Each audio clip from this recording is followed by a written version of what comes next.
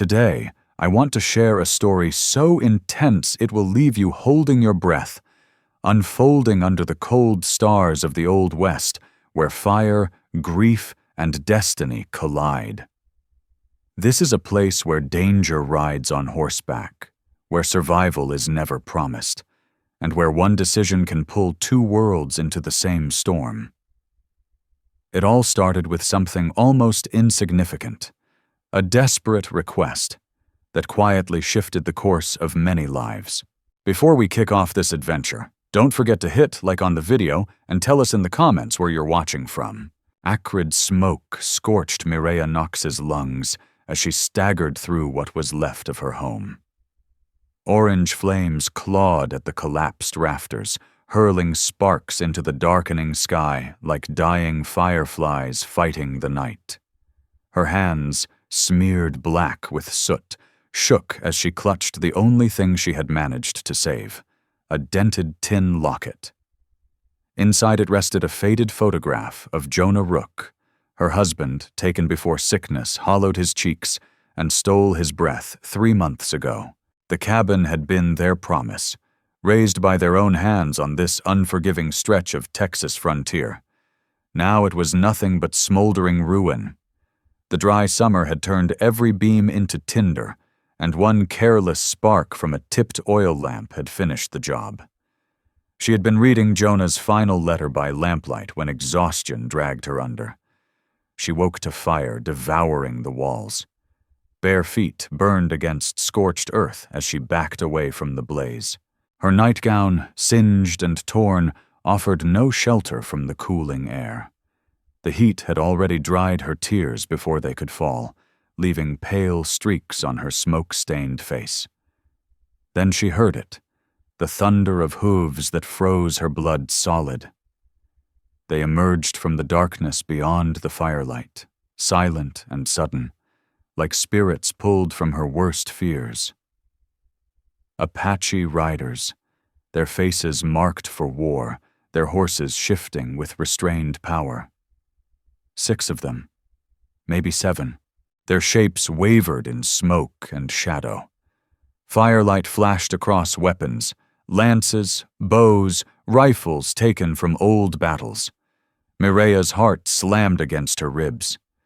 She had heard the whispers in town, seen what remained after Apache raids. The Hartley farm, 20 miles east, had been found abandoned. No bodies, only bloodstains and splintered furniture. The Morrison family had vanished without a trace. Their fate lingered in every settler's nightmares. There was nowhere to flee. Behind her, the burning cabin sealed off escape. Ahead, the riders spread into a half circle, cutting her off from the open prairie. Their horses stamped and snorted, sensing their rider's intent. One man swung down from his saddle with effortless control, the movement of someone born to the horse. He stood taller than the rest, broad-shouldered and still. Authority clung to him like a second skin. Ritual scars marked his face. Signs of battles survived, honors earned. His dark eyes reflected the flames as he stepped closer. The knife in his hand caught the firelight, its blade worn smooth from long use. Mireya noticed how naturally his fingers wrapped the hilt. The way Jonah once held his carpenter's tools, steady, familiar. But there would be no building here, only an ending.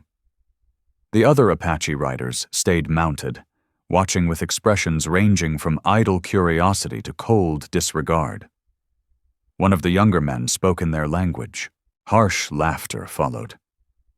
Mireya didn't need translation to understand. She was prey caught in a snare. The leader stopped just beyond her reach, so close she could see the fine beadwork on his war shirt. The eagle feathers braided into his hair. War paint turned his face into something both striking and terrifying.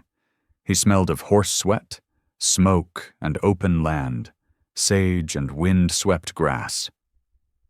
Mireya straightened her spine. If this was how she would die, she would not do it on her knees. She had buried her husband with her own hands. She had survived 3 months alone on hostile ground. She would not cheapen that fight by begging now. The warrior lifted his knife. Time slowed.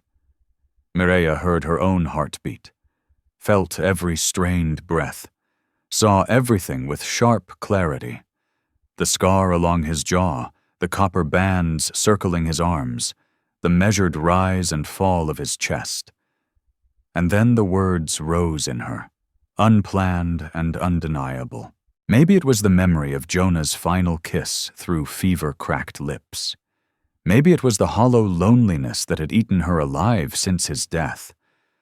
Or maybe it was the need to die as she had lived. Loved, not forgotten. "If death is waiting for me," she said, her voice steady despite trembling limbs, "then let your kiss come first." The words hung between them, thick as smoke. The warrior froze. His blade stopped mid-air. His eyes widened, just slightly, the first fracture in a warrior's mask. Behind him, the Apache riders fell silent. Even the horses stilled.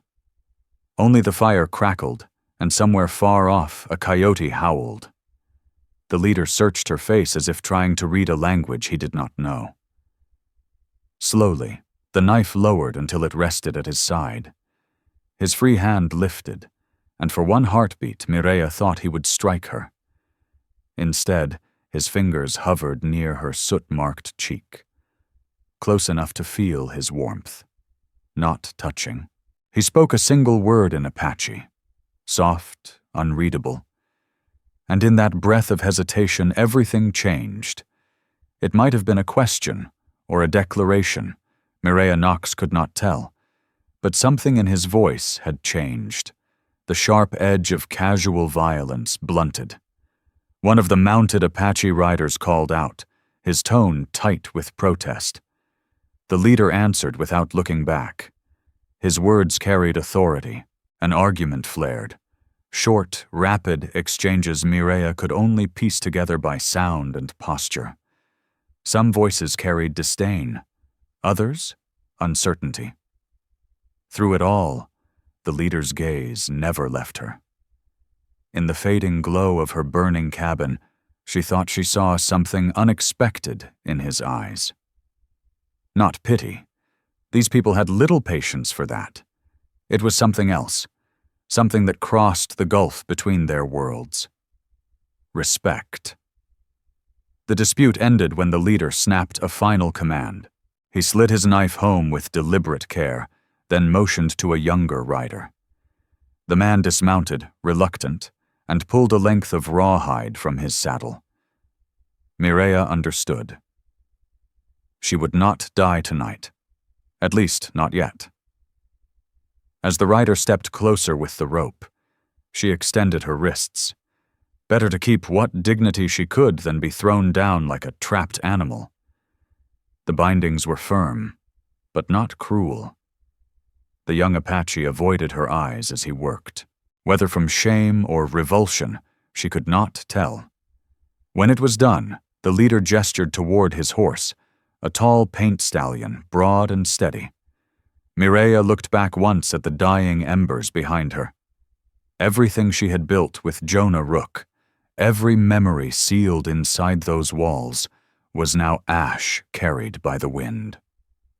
The locket pressed against her chest beneath her torn nightgown, her last tie to a life that was ending even as another, uncertain one began. The leader mounted first, then reached down and lifted her with surprising ease. She landed behind him, forced to lean into his back, bound hands making balance a constant struggle. His warshirt scratched her cheek. Beneath it she felt the coiled strength of a man shaped by survival, by a readiness for violence that never fully slept. As the riders turned and vanished into the dark, Mireia caught the smell of rain on the wind. It would come too late to save her home, but perhaps it would cleanse the land for whatever lay ahead. They rode in formation, the leader at the front with his strange captive. Voices drifted low now, the earlier agitation spent. Mireia sensed she had become something new to them. Not a prize, not a prisoner, but a question they had yet to answer.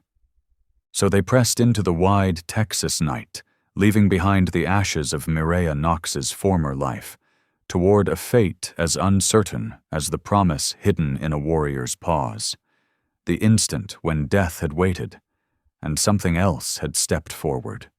The prairie stretched on like a sea of silver grass beneath the moon. She lost track of time, though her body kept count. Thighs rubbed raw by the saddle, wrists burning where rawhide bit into tender skin, her spine aching from holding balance with bound hands. The Apache riders kept a punishing pace, stopping only to water the horses at creeks that appeared like miracles in the emptiness. During these brief halts, Mireia was allowed down.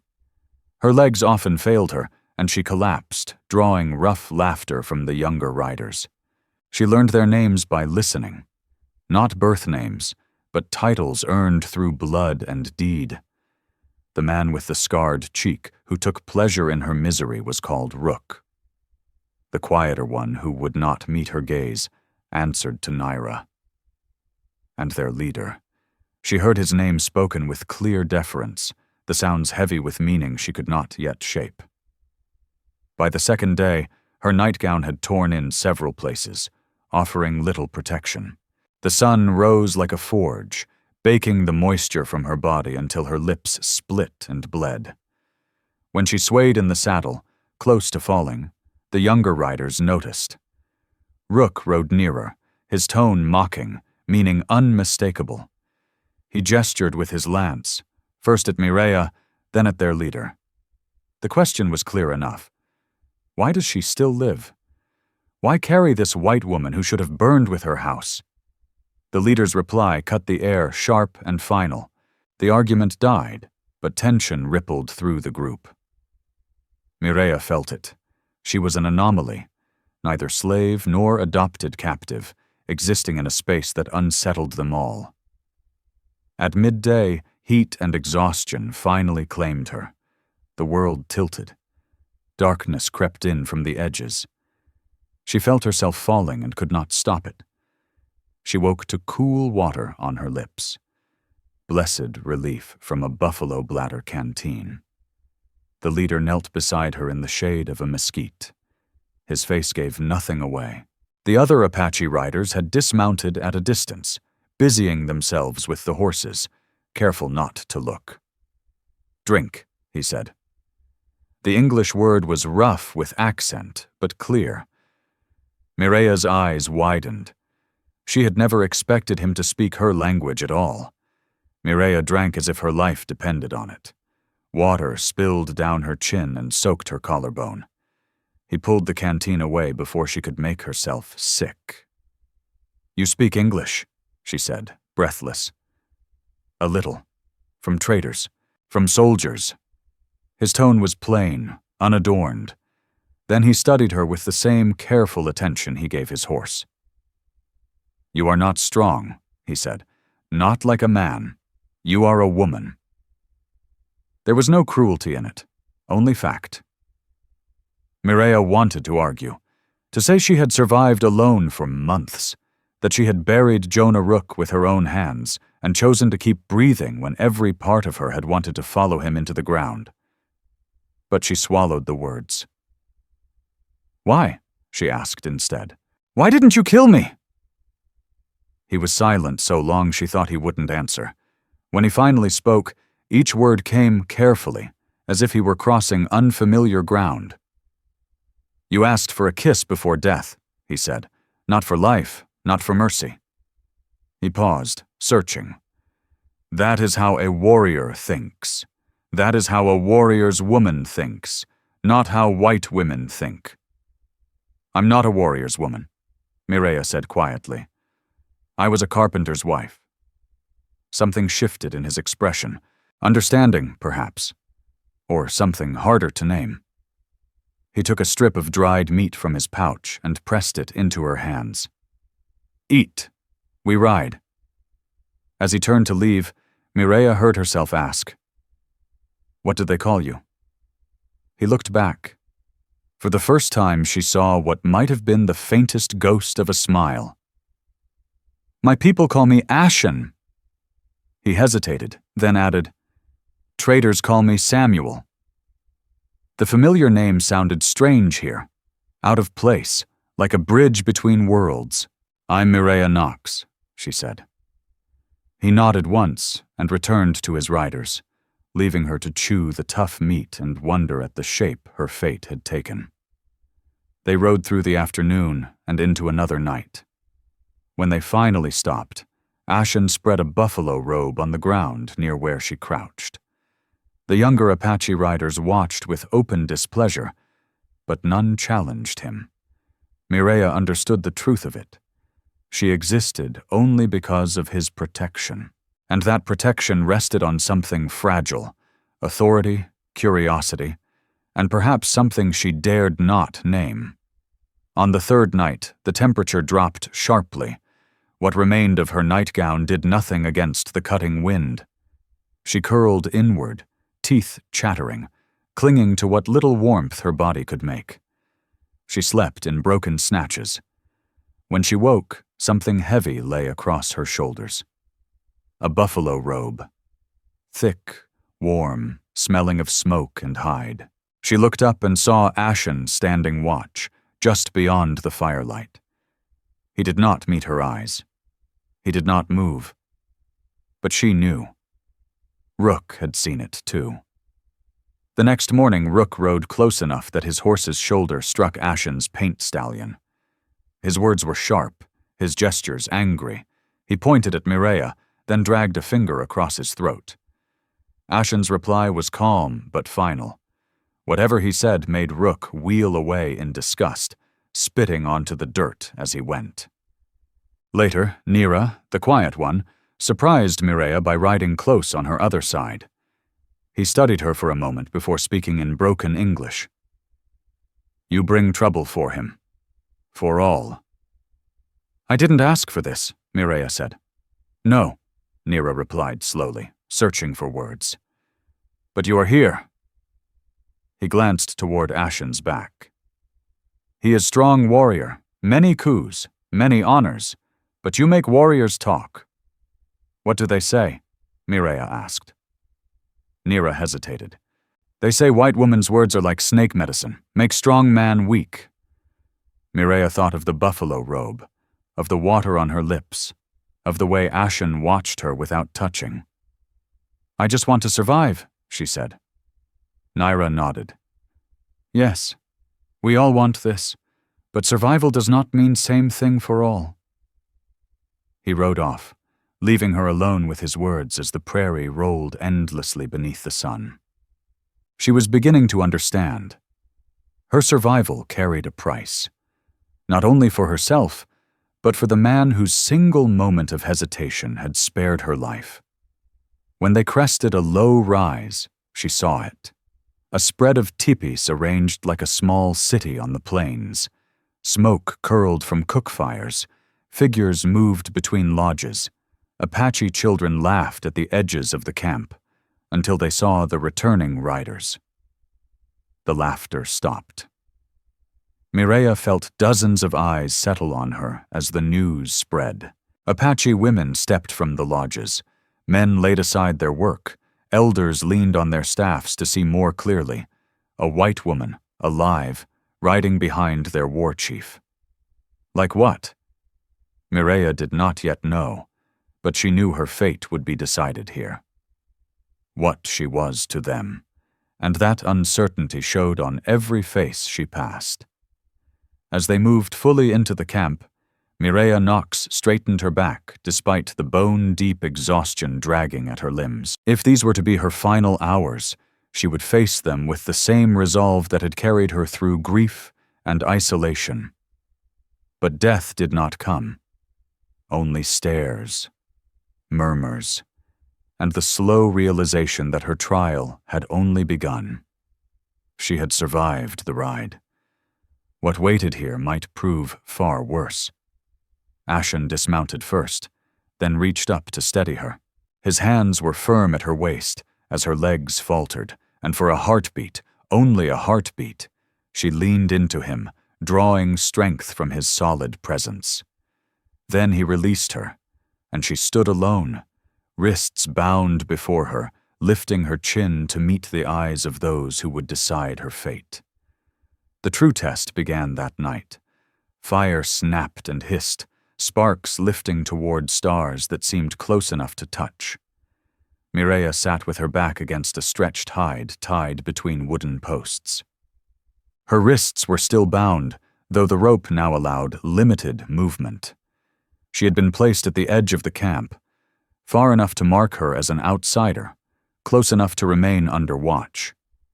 For 3 days, she existed in this in-between space, observing a life she had only known through fearful whispers and newspaper stories that painted Apache people as monsters. What she saw was something else entirely. Apache children ran between the teepees, playing games that stirred memories of her own childhood. Apache women worked steadily, scraping hides, stitching with bone needles, tending cook fires with the same quiet rhythm Mireia had once known in her own home. Men shaped arrows, repaired weapons, and trained boys in skills meant for survival and honor. It was a living, breathing society, whole, complete, and she was the intrusion within it. Some of the women attempted small kindnesses. An older woman with gentle eyes brought her a wooden bowl of stew the first night. Buffalo meat simmered with wild onion and prairie roots. A younger woman, heavy with child, showed her where she could relieve herself with dignity despite the bonds, standing guard until she finished. But for every kindness, there were twice as many hard stares and sharp words she did not need to understand to feel. To them, she was the enemy. The intruder, one of the people who had brought disease, bullets, and fences to land that had once known no borders. As night settled fully over the camp, Mireia watched families gather around their fires to share the evening meal. Stories were told. She could tell by the animated hands, the children leaning forward in rapt attention. Somewhere, a flute carried a melody both unfamiliar and achingly beautiful. Her gaze lingered on one family in particular, a warrior with ritual scars across his chest, his wife nursing an infant while keeping watch over 2 older children wrestling in the dust. The scene was so ordinary, so universal, that pain tightened Mireia's chest. It was everything she had lost, everything she would never have again. You watch, you learn. The voice startled her. Ashen stepped from the shadows, moving with the quiet ease that had earned him his name. He lowered himself to sit a short distance away, cross-legged, respectful. His face bore ceremonial markings now, not war paint. "I'm trying to understand," Mireia said. "Why?" he asked. It was a fair question. Why try to understand people who might kill her before the moon turned? The answer came from somewhere deeper than reason. "Because I'm here," she said. "Because I'm alive when I shouldn't be." She hesitated, then continued softly. "Because I've been living among the dead for a long time." Ashen studied her with eyes that seemed to strip away pretense. "Your man," he said. "He is gone." "Yes, 3 months now. Consumption." Her voice tightened. "I watched him fade like smoke until nothing remained but memory." "This is why you asked for a kiss," Ashen said. "You wanted to follow him." Mireia considered that. Had she truly wanted death, or had she simply wanted to feel something other than the numbness that had hollowed her out? "I wanted to die as myself," she said at last, "not as something broken, not afraid." She trailed off, unable to shape the rest. "You wanted to choose," Ashen said quietly, "even in death." He looked at her steadily. "That is why you live." They sat in silence, listening as the camp eased into its nighttime rhythm. At last, Mireia found the courage to ask the question that had haunted her since the fire. "Why did you spare me?" she asked. "Truly." Ashen did not answer at once. When he spoke, his words came slowly, as if translating more than language. "My grandmother," he said, "was a white woman, taken when she was young." Mireia held still. "She fought," Ashen continued, "every day. She fought until one day she did not." He searched for the right word. "She became Lune Marrow, New Moon. She became my grandfather's first wife. She bore him 3 sons, strong sons." Mireia absorbed this in silence, struggling to reconcile it with everything she had been taught to believe. Ashen's gaze remained steady. "Survival," he said, "sometimes begins with surrender, and sometimes with choice." "But when she was old," Ashen continued, his voice low, steady, "when my grandfather was gone, and her sons had grown into warriors with families of their own, she told me a secret." Mireia listened without moving. "She said she never stopped being both," he went on, "a white woman and Lune Marrow, the new moon. She said the heart can hold 2 worlds if it is strong enough." His gaze lifted to her, measuring. "You did not beg. You did not cry. You asked for a kiss the way a warrior's woman says farewell." He paused. "Maybe your heart is strong. Maybe it is not." He let the words settle. "We will see." Mireia swallowed. "What happens to me now?" "Tomorrow, the council meets," Ashen said. "They will decide. And if they decide I should die, then you die." His tone was plain, unsoftened by comfort, but beneath it she sensed something else: control, restraint, intention. "But you will die as you chose," he added, "as a woman, not as a shadow." He stood to leave, then stopped. From a pouch at his belt, he drew something small and pressed it into her bound hands. In the firelight, Mireia saw it was a piece of hard travel bread, the kind meant to last across long journeys. "For strength," Ashen said, "tomorrow you will need it." Then he vanished back into the dark. Mireia studied the bread in her hands. It was a simple thing, but she understood its meaning. He was making certain she would face what came next with dignity, with her body steady, her will intact.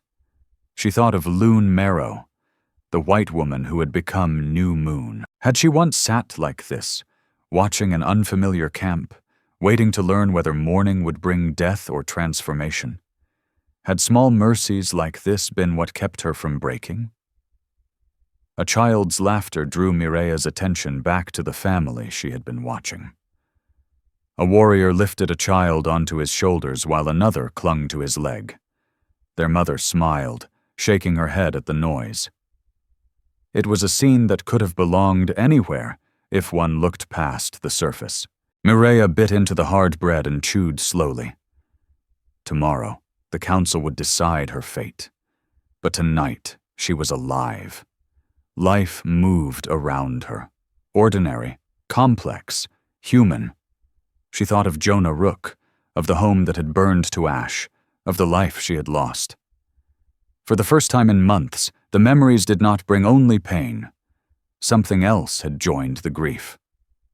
Curiosity.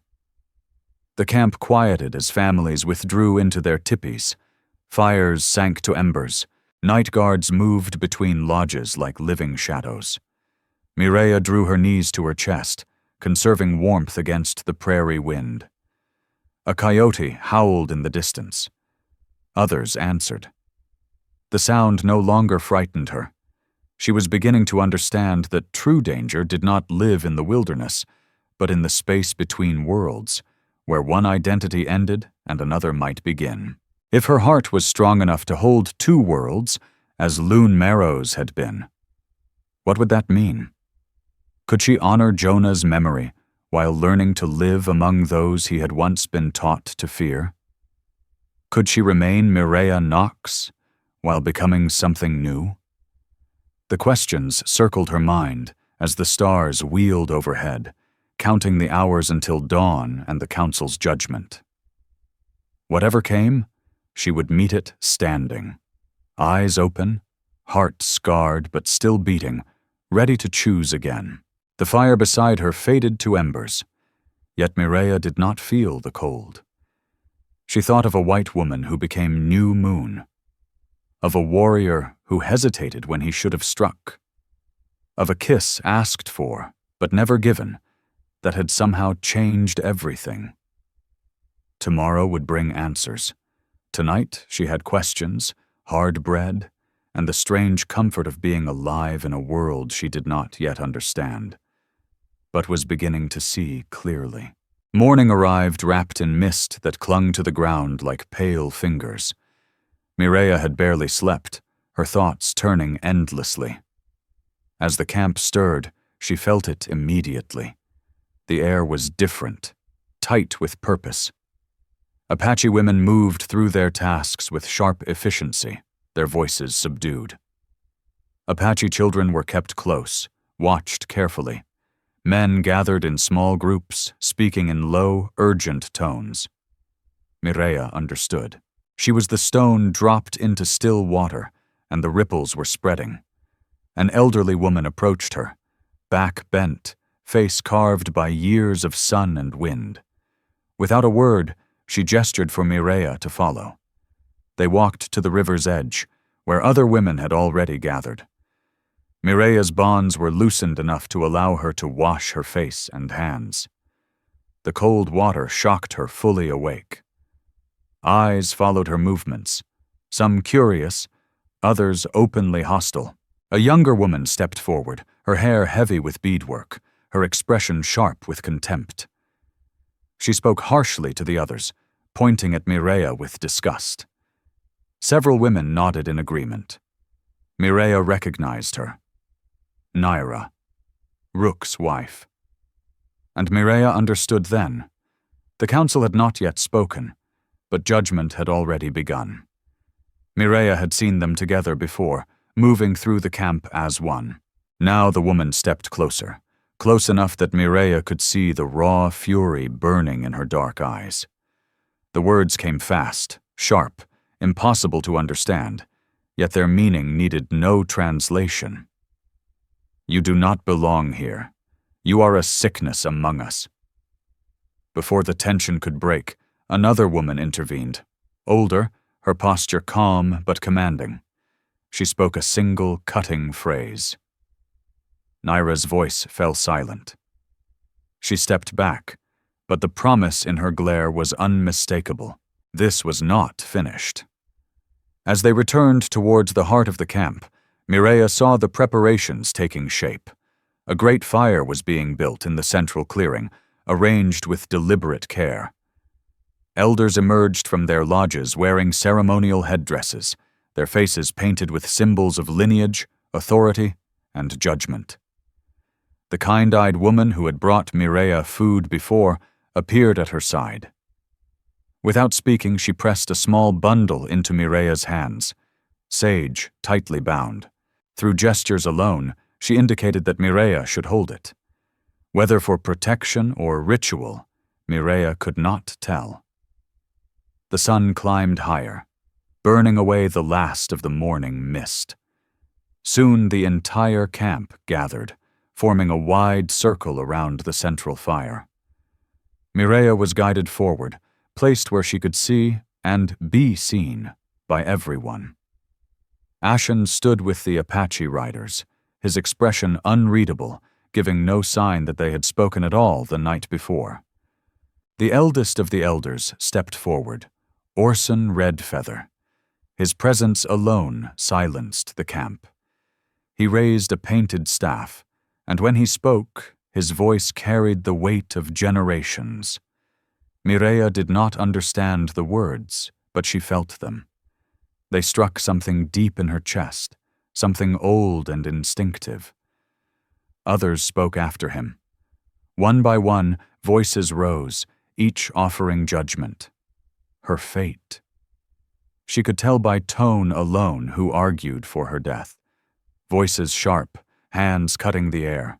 Others spoke more slowly, with restraint, perhaps caution, perhaps mercy.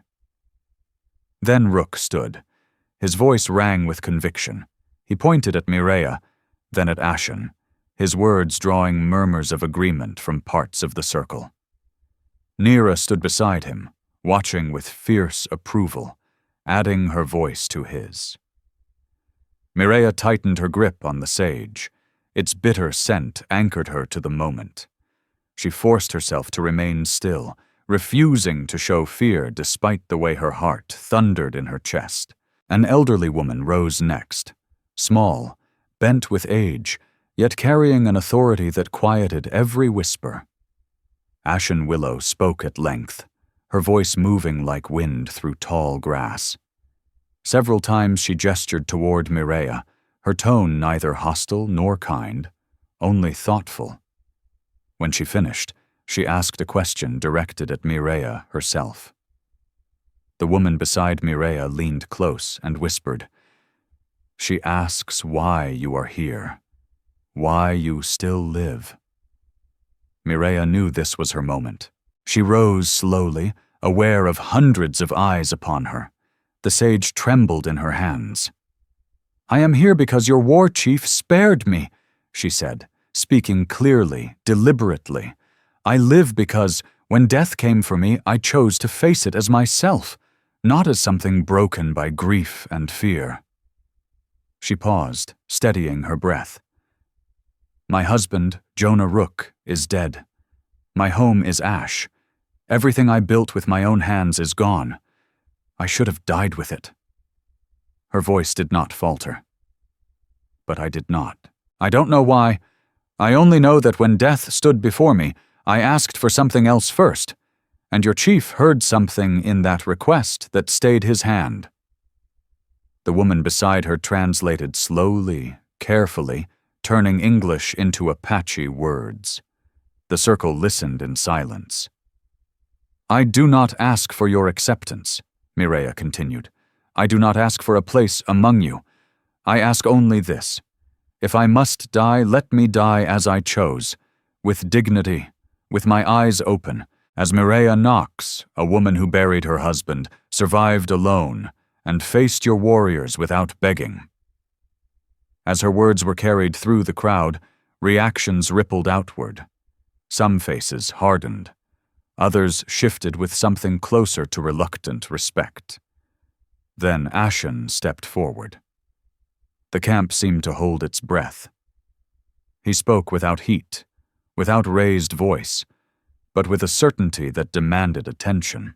The translator whispered fragments to Mireia, his grandmother's story, strength found in choosing, the spirit sending trials in unexpected forms. Then Ashen said something that caused a visible stir. The translator's eyes widened. He says, "If the council decides you must die, it must be an honorable death." She swallowed. "He says you showed a warrior's heart." Her voice dropped lower. "He says, anyone who disagrees must face him first." The meaning swept through the circle like fire through dry grass. Ashen had placed his honor on the line for her, and nothing in the camp would ever be the same again. A white woman. An enemy. Everyone understood the cost. The political weight of keeping her alive pressed heavily on the gathering, and no one pretended otherwise. Rook exploded. His voice cracked with fury and betrayal, sharp enough to cut through the circle. Others joined him, voices stacking atop one another, the council's order threatening to unravel into chaos. Orson Redfeather struck his staff hard against the earth, once, then again, until silence was forced back into place. More voices rose, but the balance had changed. Ashen's declaration had shifted the ground beneath them. This was no longer only about whether a white captive should live or die. It had become a question of honor, of how courage was recognized, of what Ashen's stance meant for unity within the people. The sun climbed to its height, beating down without mercy. Mireya felt the world sway. Fatigue and tension pulled at her, threatening to drag her to her knees. She locked them instead, stayed upright. At last, the elders withdrew to speak among themselves. The crowd fractured into smaller knots of conversation, some sharp, some hushed. Mireya caught Ashen's gaze across the clearing. His face gave nothing away, but his posture carried a coiled readiness, like a man prepared to stand alone if required. The kind woman pressed a water skin into Mireya's hands. "Drink," she urged quietly. "This is not finished." As Mireya drank, she noticed the way the people had separated without meaning to. Those aligned with Rook gathered to one side. Others, some backing Ashen, some simply urging restraint, shifted away. She was witnessing the tribe's inner workings, decisions forged not by decree, but through argument, consensus, and fracture. It felt strange and familiar.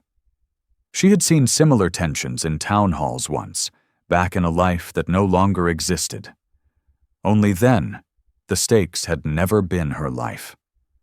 A young boy, no more than 8, broke free from his mother's grip and ran toward her. His mother cried out in alarm, but he had already stopped in front of Mireya, staring up with open curiosity. He spoke, his tone unmistakably a question. The translator smiled faintly. "He wants to know if your hair is really made of fire, like his grandmother's stories say." Despite everything, Mireya almost laughed. She knelt carefully and allowed the boy to touch a strand of her red hair.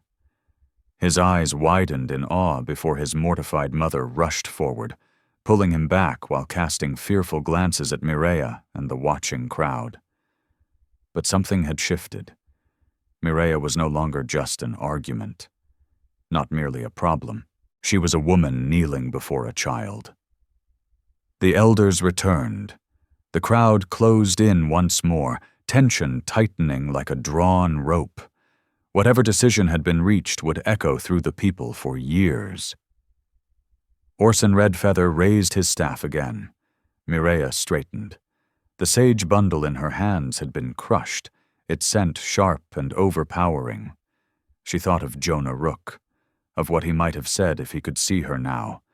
He had always told her she was stronger than she believed. Now she would find out. Orson began to speak. His words fell slowly, deliberately, like stones dropped into still water. Mireya waited. Her heart thundered as the translator leaned close.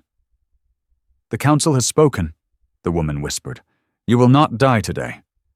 Relief nearly stole Mireya's breath. Then the translator paused, listening further, and Mireya felt the air turn cold. "But you must prove you are worthy to live among the people," she continued. "Not only strong enough to die with honor." Mireya's knees weakened. Then came the words that froze her blood. "You will face Aira. She speaks for the Women's Council." The translator swallowed. "If you fall and do not rise, the warriors will grant you a swift death. If you stand, if you show heart, you may live, under the protection of Ashen, who has taken responsibility for you." The crowd parted. A woman stepped forward. Mireya's heart sank. Aira was everything she was not. Tall, broad-shouldered, her body forged by years of labor and survival. Muscle moved beneath her skin with controlled power. Her dark hair was pulled tight, revealing a face both striking and unforgiving. Aira spoke, her voice carrying across the clearing. The translator did not need to explain. The challenge had been accepted. Contempt needed no translation. Aira looked at Mireya Knox as if her very presence stained the ground.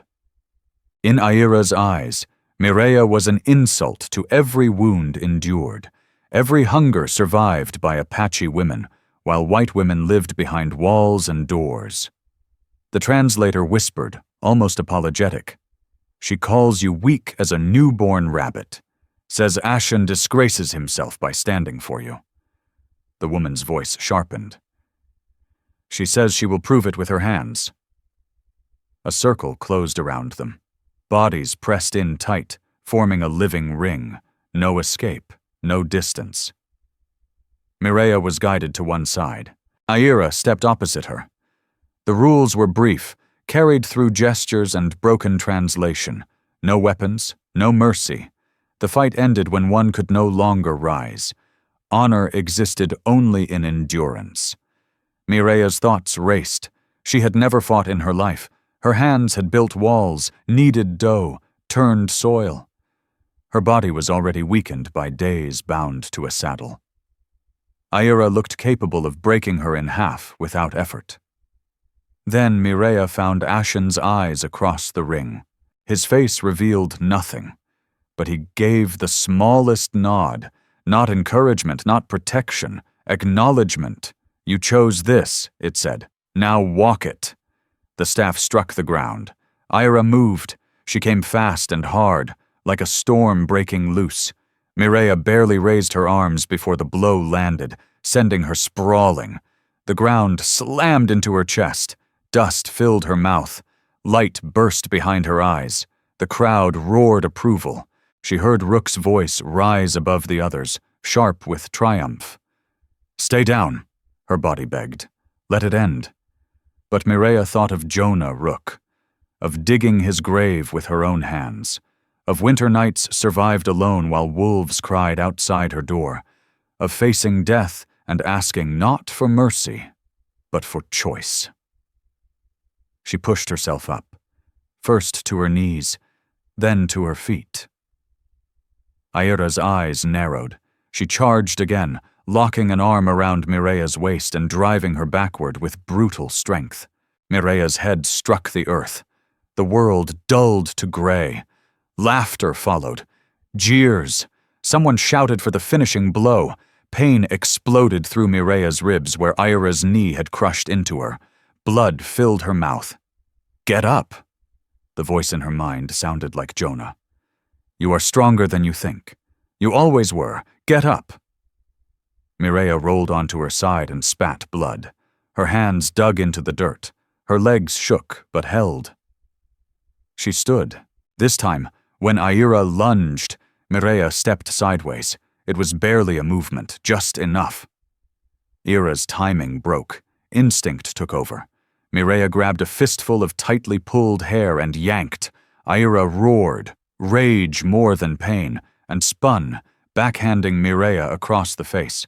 Mireia went down again, but she was already moving, scrambling away, forcing space, dragging herself upright. The crowd's noise changed. The laughter thinned. Watching replaced mockery. This woman should have stayed down, but she didn't. Aira slowed, circling now. Measuring. Mireia's left eye swelled shut. Her lips split. Each breath tore through her ribs.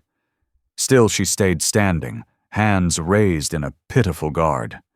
Aira feinted left, then struck right. Her fist buried itself in Mireia's stomach. Air fled her lungs. She folded, choking. But when Aira reached for her hair again, Mireia reacted on pure desperation. She bit down. Teeth sank into flesh. Aira shrieked, outraged more than hurt, and hurled Mireia aside. This time Mireia did not rise immediately. Her body had reached its edge. She pushed only to hands and knees, head bowed, blood dripping into the dust. Silence fell. This was the moment. Would she collapse and accept death? Or would she find something, anything, left? Her arms trembled. Vision blurred. Pain begged her to surrender. But beneath the pain lived memory. The woman who built a cabin beside her husband. The woman who birthed a child that lived 3 days. The woman who buried both love and hope, and stood again. Mireia planted her hands in the dirt and began to rise. She had buried both husband and child with her own hands, and still found air enough to breathe. The sound that tore from her chest was part sob, part animal growl, dragged out of her by pain and memory alike. Mireia Knox forced herself upright. She swayed, vision swimming, but she was standing. Blood streaked her chin. Her body promised bruises that would bloom for days, maybe weeks. Yet she lifted her trembling fists and faced Era again. The Apache woman did not move. Era studied her now with a look that had shifted from raw contempt into something colder, sharper. Judgment. Measurement. She spoke. The words rippled through the gathered crowd, stirring murmurs. Then Aira stepped forward with slow, deliberate strides. Mireia braced herself for the final blow. But Aira stopped just beyond reach. She spoke again, louder, not only to Mireia, but to everyone watching. Then, in a gesture that sent shock through the circle, Aira lowered her fists. The translator's voice shook as she whispered urgently. She says, "You have shown the heart of a survivor." She says any woman, Apache or white, who refuses to stay down has earned the right to try living. A pause. She grants you victory. Mireia's legs finally failed her. She dropped to her knees, not in defeat, but in bone-deep relief. The crowd erupted. Some voices rose in approval, others in anger, disbelief, or protest. But the truth stood undeniable. The fight was over, and somehow, against all reason, she had won. Through her remaining clear eye, Mireia saw Ashen moving toward her. He knelt beside her, his hands unexpectedly gentle as he checked her injuries. He said something low to Aira. She answered with a brief nod and turned away, spine straight, pride intact, teeth marks still visible on her arm. "You did well," Ashen said quietly, meant only for her. "Aira is impressed," he added. "That does not come easily." "I can't feel my face," Mireia muttered through swollen lips. Something like restrained amusement flickered in his eyes. "You will. Tomorrow. And many days after." He helped her stand, steadying her when she wavered. "But you will feel it as one who belongs, not as an outsider." Orson Redfeather struck his staff against the ground, speaking words that sealed what had been decided. The translator, who Mireia now realized had hovered anxiously throughout the fight, explained softly, "You are accepted under Ashen's protection. You will live among the Apache women until other arrangements are made. You will work. You will learn. If you bring dishonor, Ashen shares it. If you prove false, he pays the price." Mireia understood the weight of it then. Ashen had placed his standing, perhaps even his leadership, on her survival. She tried to speak, to thank him, to ask why. Her mouth refused to cooperate. As if hearing her thoughts, Ashen said, "My grandmother earned her place through strength. You have earned the chance to do the same. Do not waste it." The crowd slowly dispersed, people returning to their lives with hushed voices and backward glances. Many still looked at her with suspicion, some with open dislike. But something new had taken root. Recognition. Rook spat into the dirt as he passed, his wife beside him, her glare sharp with venom. They would be trouble later. Others nodded once in passing. One warrior even offered what might have been approval. The kind woman who had translated before returned with water and soft cloths.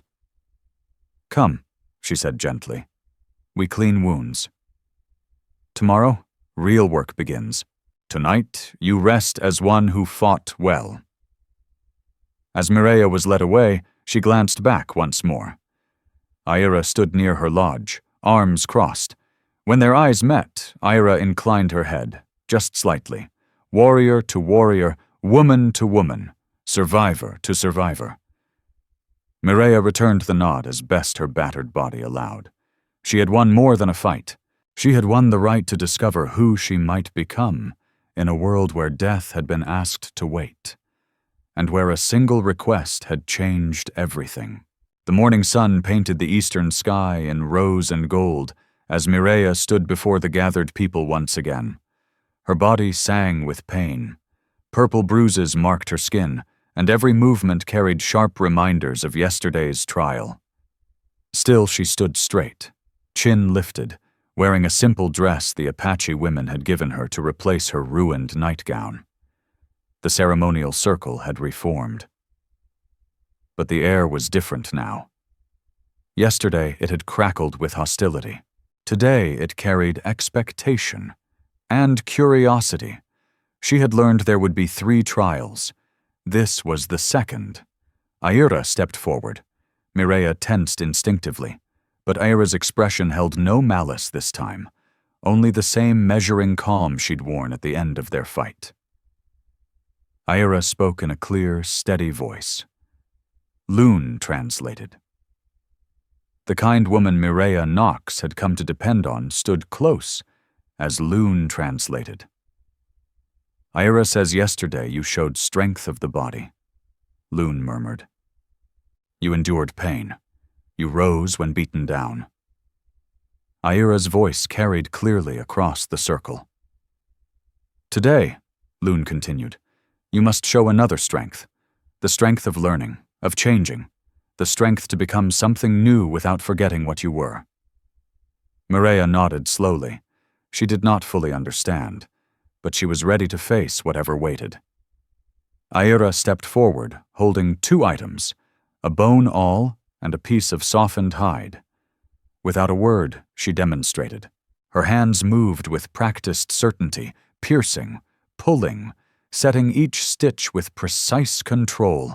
The beadwork that formed beneath her fingers was simple, yet graceful, a pattern that flowed as naturally as breath. Then she placed the tools into Mireia's hands. Understanding settled in. This was not a trial of violence. It was a test of usefulness, of whether she could add to the life of the people around her. Mireia's hands trembled slightly as she took the awl, not from fear, but from the bruises and swelling left by yesterday's fight. She had sewn before. Every frontier woman had. She had mended shirts, patched quilts, stitched Jonah Rook's coats by firelight. But this was different. The awl felt strange. The hide resisted in ways cloth never had. Her fingers, stiff and swollen, lacked precision. Her first attempts were clumsy, stitches crooked, beads slipped and scattered. The pattern refused to take shape. Quiet snickers rose from some of the Apache women. Rook's wife stood with folded arms, satisfaction written plainly on her face. Mireia kept working. She remembered Jonah teaching her to shape wood, telling her the grain had a will of its own. You couldn't fight it, only learn it. Maybe hide was the same. She adjusted her grip, watched how Aira angled the awl, let her fingers feel the resistance instead of forcing it. Slowly, painfully, the work improved. The stitches steadied. The beads began to align into something recognizable. Not beautiful, not skilled, but intentional. Progress. The sun climbed. Sweat gathered on Mireia's brow, stinging as it ran into cuts along her cheek. Her back ached, her fingers cramped. She did not stop. Each stitch was survival. Each pull of the thread was a step toward staying alive. Better. The single English word startled her. Aira took the hide, inspecting it closely. Her expression remained firm, unreadable. Then she showed another technique. How to hold the awl differently, how to guide it rather than push. Mireia tried again. This time the improvement was clear. A young girl, no more than 10, edged closer to watch. Her mother reached to pull her back, but Aira spoke sharply. The mother hesitated, then let the child remain. The girl pointed at Mireia's mistakes, giggling softly, not cruelly, and showed her with small fingers how to correct them. Mireia almost smiled. Children, she realized, were the same everywhere. Curious, honest, quick to see effort where adults saw only difference. More children gathered, forming a loose half-circle. One boy proudly displayed his own beadwork, flawless despite his age. Their chatter wrapped around Mireia like a shield, easing the weight of judgment. "See?" Loon whispered. "Children know. They see you try. They see you learn." This matters. By midday, Mireia finished a small piece, a simple rectangle of hide decorated with basic beadwork. Crude, uneven, but complete, made by her hands, under their eyes. Era took it, turned it over, examined every stitch. Silence spread through the gathering. This judgment carried weight equal to yesterday's fight, perhaps more. Courage might earn respect, but a woman who could not contribute would remain a burden. Aira lifted Mireia's work for all to see. She spoke calmly, neither praising nor condemning. Then she removed one of her own armbands, intricate, masterfully beaded, and held it beside Mireia's piece. The contrast was undeniable. One showed decades of mastery, the other, a beginner's struggle. Aira continued speaking. Loon translated in an excited whisper. "She says this," Loon said, indicating Aira's armband, "is the result of 30 years. She says this," gesturing to Mireia's work, "is one morning. For some. She says the stitches are straight. The pattern is finished. She says hands that can learn this in one morning can learn more, if given time." Aira returned the piece of hide to Mireia Knox, then turned to address the gathered Apache women. Her voice carried authority, and Mireia caught familiar names woven into her speech. Women who would be expected to teach, to guide, to test. Not everyone agreed. Naira, the woman Mireia had learned was Rook's wife, stepped forward. Her words were sharp, filled with accusation. She pointed first at Mireia, then at Ashen, her meaning unmistakable even without translation. This white woman was being favored, given chances she had not earned. Aira's reply came instantly, her tone cutting and final. Whatever she said made Nira's face darken with fury, but it also forced her to step back. Mireia saw it clearly now.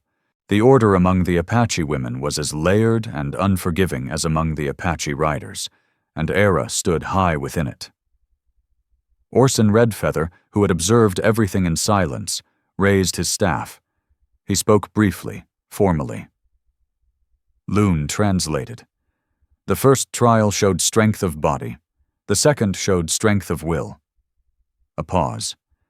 Tomorrow comes the third trial. Another pause, heavier this time. The hardest. Tomorrow you must prove your heart. Mireia wanted to ask what that meant, but the moment had passed.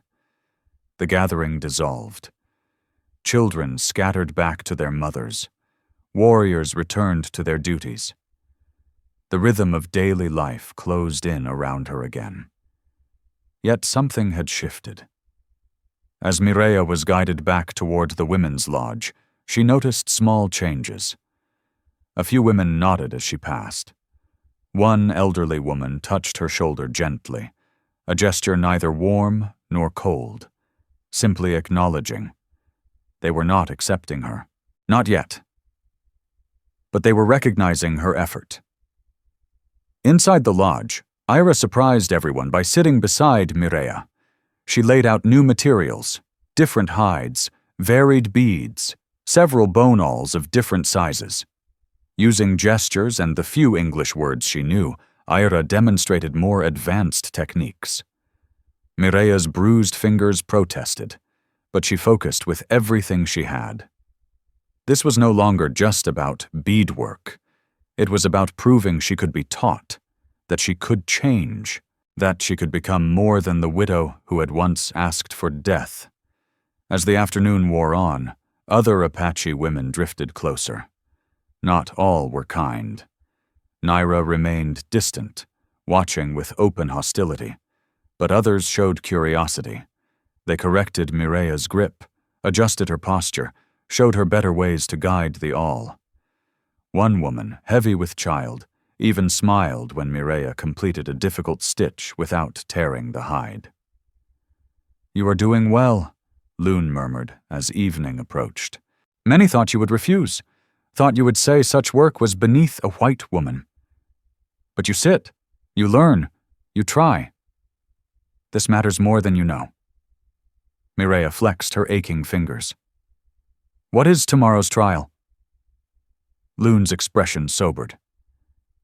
"The heart trial is different. I cannot say more. It is forbidden." She glanced around, then leaned closer. "Remember who you were. Remember who you might become. When the moment comes, choose with your whole heart, not half." That night, Mireya lay on her buffalo robe, studying her hands in the dim firelight. Small cuts marked her skin. Calluses were already forming where she gripped the awl too tightly. Frontier hands, but changed. These marks came from Apache teaching, from Era's patience, from children laughing as they corrected her mistakes. She thought of Jonah Rook, and wondered what he would think if he could see her now. Would he recognize the woman learning beadwork from the people he had once been taught to fear? Would he understand why she chose to live among them instead of accepting the easy death she had nearly embraced beside her burning home? Outside the lodge, the camp settled into night. Guards took their places. Families gathered inside their shelters. Cooking fires dimmed to embers. The sounds of Apache life surrounded her. Not comfortable. Perhaps never comfortable. But familiar. Tomorrow would bring the final trial, the heart trial. Mireya suspected it would demand more than endurance or skillful hands. It would force her to decide who she truly was, and who she was willing to become. She closed her eyes. Her fingers still held the small piece of beadwork she had made. It was simple, uneven, small, but it was proof. Proof that Mireya Knox could learn, could adapt, could find purpose in a world she once believed had ended in smoke and fire. Tomorrow would decide if that was enough, if a heart shattered by loss could learn a new rhythm, if a white woman could truly walk the path opened by an Apache warrior's moment of hesitation. The bone awl rested beside her, an instrument of creation, not destruction. Perhaps that was the lesson. Survival was not only refusing to die, perhaps it was learning how to build something new from what had burned away. Tomorrow, she would find out. The days that followed the trials bled into one another, soft and indistinct, like colors washed thin by rain. Mireya Knox's hands grew steadier on the bone awl. Her grasp of Apache words widened, and her place within the camp shifted, from curiosity to something more layered.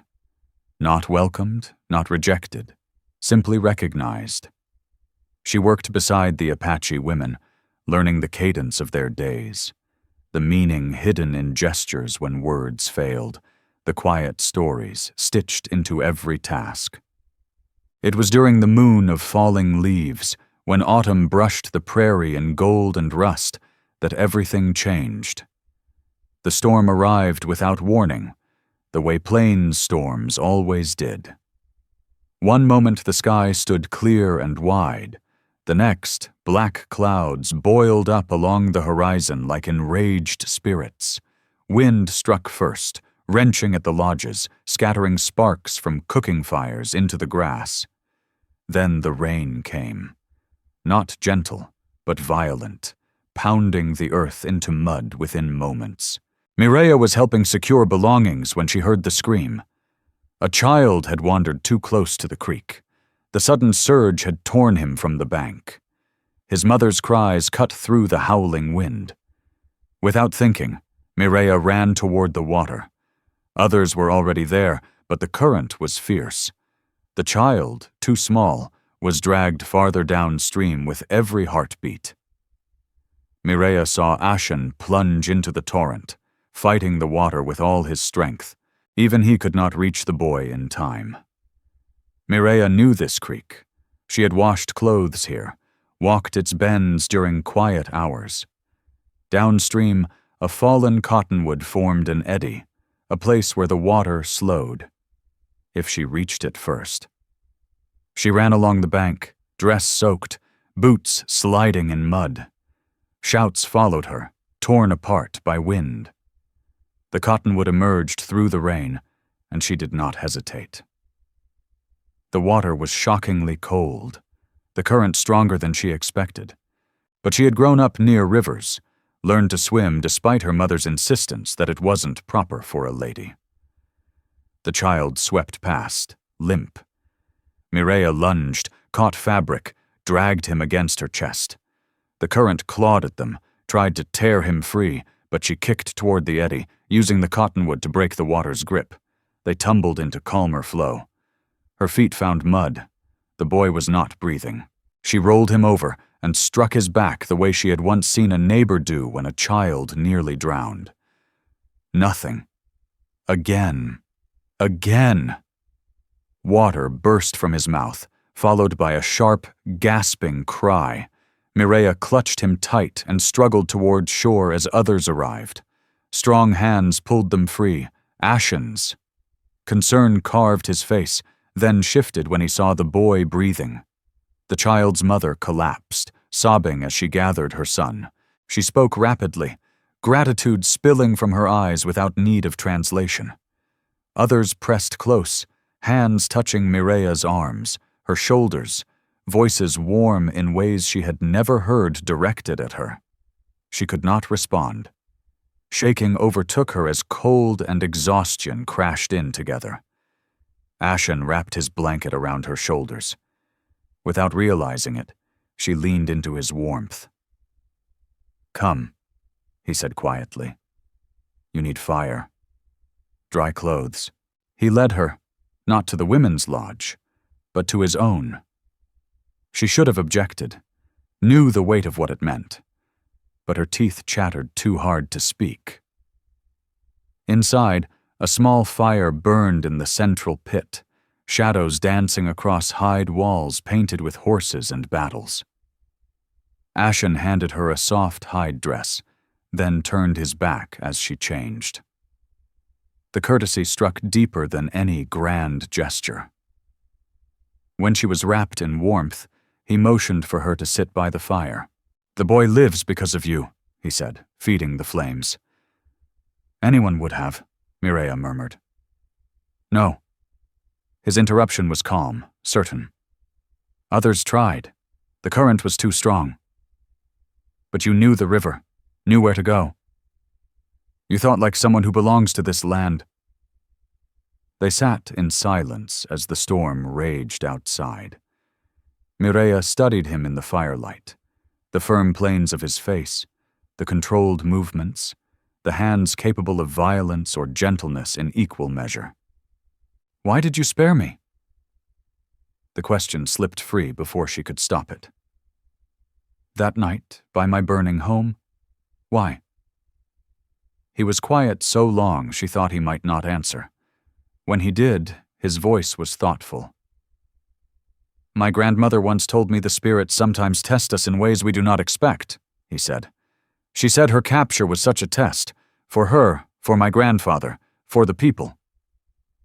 When you asked for a kiss before death," he paused, searching for words. "It was like lightning in a clear sky. Unexpected.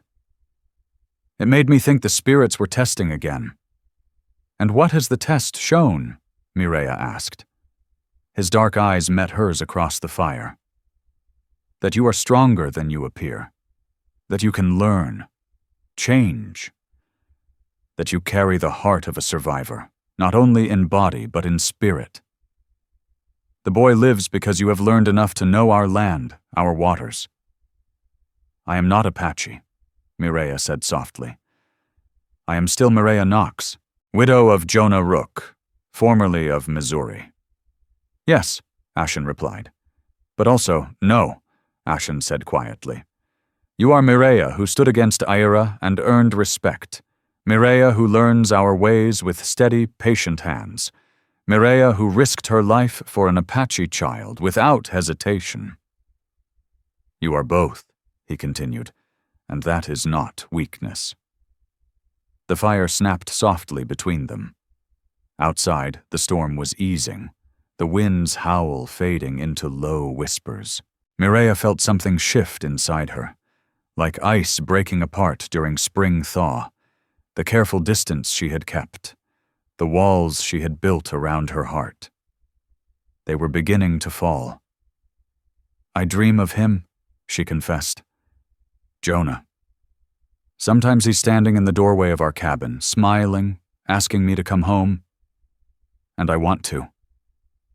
She swallowed. But then I wake up, and I'm here, and I don't know anymore where home is. Ashen nodded slowly. After Tala died giving birth, I dreamed the same. She called to me, said the spirit world held no pain. But I had duty, I had purpose. In time, the dreams changed. She still came, but to tell me goodbye, to tell me that living was not a betrayal of the dead. When does it stop hurting?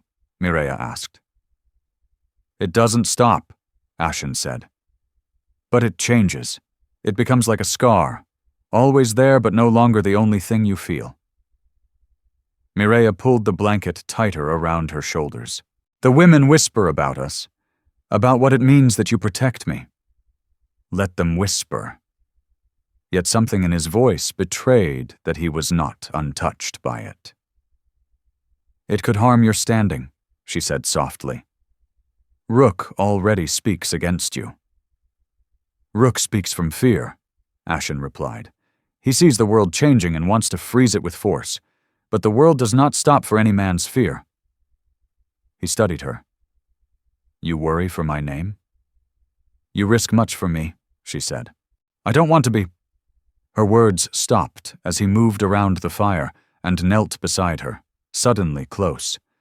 She saw the faint lines around his eyes, the scar along his jaw she had noticed the first night, the measured rise and fall of his breath.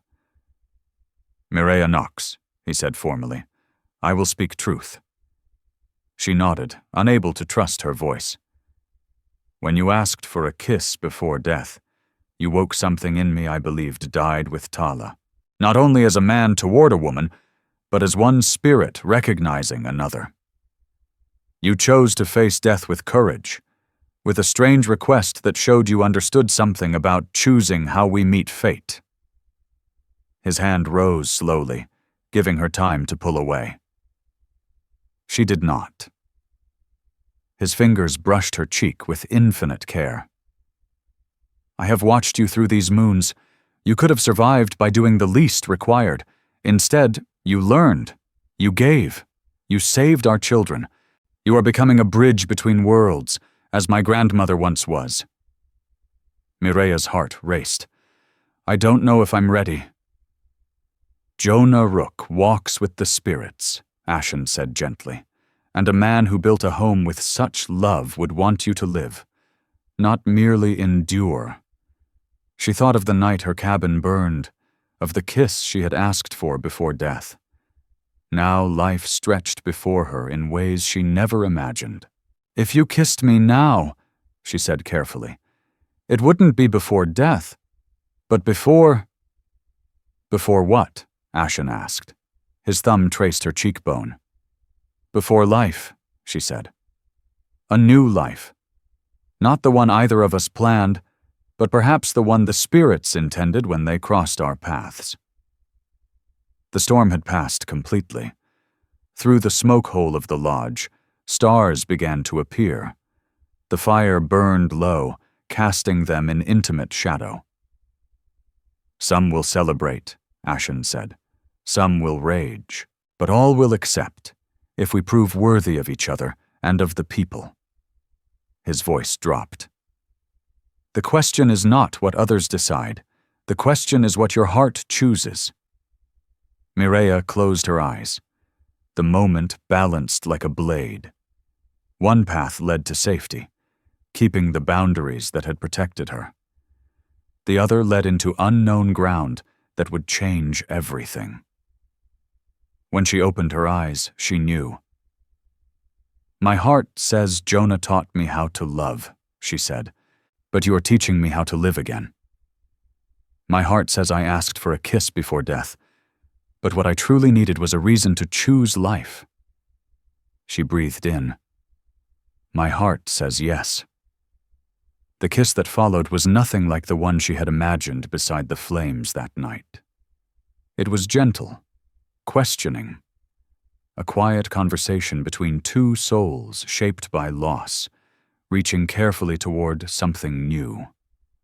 It tasted of rain and wood smoke, of sorrow transformed but not erased, of two worlds meeting in the space between heartbeats. When they parted, Mireia saw her own wonder reflected in Ashen's eyes. Outside, voices rose as the storm's aftermath called the camp back to work and reckoning. But for this brief, quiet moment inside the lodge, they had found something worth the risk, worth the whispers, worth the long walk from the edge of death toward the fragile promise of life. "What happens now?" Mireia asked. Ashen rose and extended his hand. "Now," he said, "we face tomorrow together. You as Mireia Knox, learning to walk as part of the people, and me as Ashen, who sees wisdom in bridges between worlds. Let others speak as they will. We know our truth." She took his hand and stood beside him. Tomorrow would bring trials. Rook's anger, Naira's sharp gossip, the slow and difficult joining of two lives shaped by different worlds. But tonight, she had chosen life, and been chosen in return. The kiss that had not come before death had arrived before something far more dangerous and far more beautiful, the chance to live fully again, to let a heart learn new rhythms without silencing old songs, to love in a way that did not erase loss, but grew beside it, like wildflowers rising after fire. Outside the lodge, the camp stirred as families inspected storm damage. Inside, two people stood hand in hand, ready to meet what came next. Sometimes the spirits send their greatest gifts disguised as endings, and the bridge between worlds is built one choice, one kiss, one brave heart at a time. The winter moon hung like a silver coin in a sky thick with stars as the entire camp gathered in the ceremonial circle. Mireia stood beside Ashen, wearing the doe-skin dress Ira had helped her make, adorned with beadwork that told her story. Fire yielding to water, storms giving way to clear sky, a bridge stretched between two shores. 3 months had passed since the night of the kiss. 3 months of joy and unrest as the camp struggled to accept its war chief's unprecedented choice. Some welcomed it, Era foremost among them, declaring that any woman who could learn their ways without losing her own strength deserved respect. Others, led by Rook and Naira, saw betrayal in every step forward.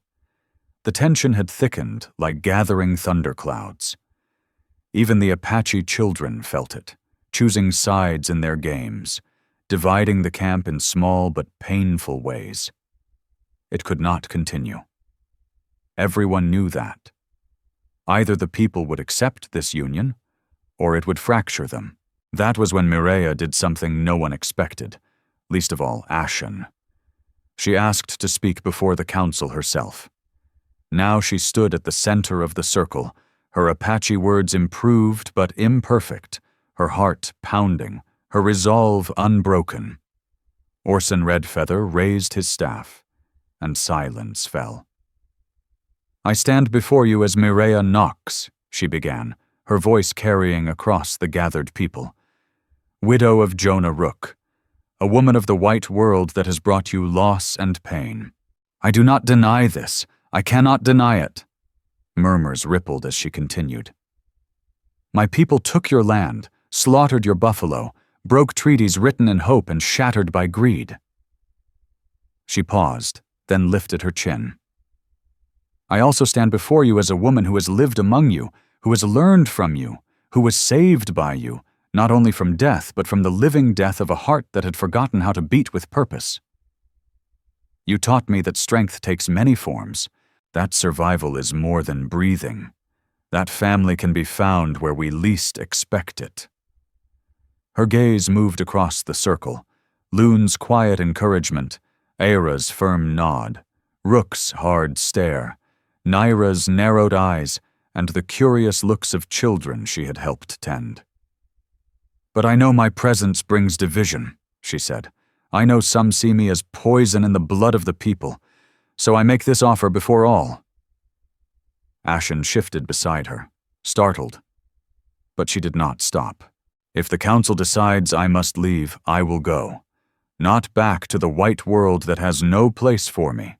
I will go to the spirit world, by my own choice, as I chose that night when your war chief spared me. Gasps swept the circle. I will walk into the winter prairie and let the cold take me, as is sometimes done by those who must no longer burden the people. No blood on your hands. Ashen seized her arm. Mireia, no. She turned to him, speaking loudly enough for all to hear. You gave me choice once. Now I choose again. I will not be the reason this people tears itself apart. Either I remain as your woman, accepted by all, or I go to join Jonah with honor, having known what it means to live again, even briefly. The circle erupted into furious debate. A white woman offering ritual self-sacrifice for the good of the tribe shattered every assumption. It turned the ground beneath them. Rook stood. His voice cut through the noise, but instead of condemnation, uncertainty colored his words. He spoke at length, gesturing between Mireia and Ashen as Loon whispered the translation. He says he has watched you these months with anger in his heart, Loon murmured. Watched you learn, work, save children, stand beside Ashen. He waited for weakness, for betrayal. Instead, he sees a woman willing to die for the honor of the people. He says this is not the thinking of a white woman. This is the thinking of a warrior. Naira stepped forward beside him, her voice sharp with pain. Loon translated again. She says she hated you for living when her sister died in a soldier's attack. But you offered death to save the people from tearing themselves apart. The circle fell silent, the weight of Mireia's choice pressing on every heart. Some said, perhaps the spirits had purpose even in choices that seemed strange at first. One by one, others rose to speak. The boy Mireia had pulled from the floodwaters, his mother, Eliza Crowell, Apache riders who had witnessed her courage, Apache women who had watched her learn with quiet persistence. Even those who still carried doubt could not ignore the weight of her offer. At last, the oldest grandmother of the people rose. She was so ancient that no one remembered her given name. They called her Ashen Willow, the grandmother elder, one who had lived through more seasons than anyone alive. Her voice was thin, yet it carried absolute authority. I have seen many winters, she said. Loon translated with careful reverence. I have seen tribes destroyed by fighting the white world. I have seen others destroyed by fighting themselves over how to face change. She lifted a trembling hand and pointed at Mireia. This woman offers death to prevent such destruction. But I say this, death is the easy answer. Living is the hard answer. A hush fell over the circle. You wish to prove yourself worthy of Ashen, worthy of a place among the people, then live. Live among those who doubt you. Live with the burden of being the bridge. Live knowing some will always see you as other. That is a sacrifice greater than death, to live when living is the hardest choice. Ashen Willow lowered herself back to the ground, and silence descended like falling snow. Orson Redfeather turned to the council elders. Their voices were low but intense. Mireia felt Ashen's hand slip into hers, steady and warm. Whatever came, they would face it together. At last, Orson Redfeather rose and lifted his staff high. "The council has heard Mireia Knox," he declared. "She offered death to preserve harmony, but death serves no one. Life," he continued, "a difficult life, a complicated life, a life that builds bridges even when storms threaten. This serves the people." "She will stay." A murmur rippled through the crowd.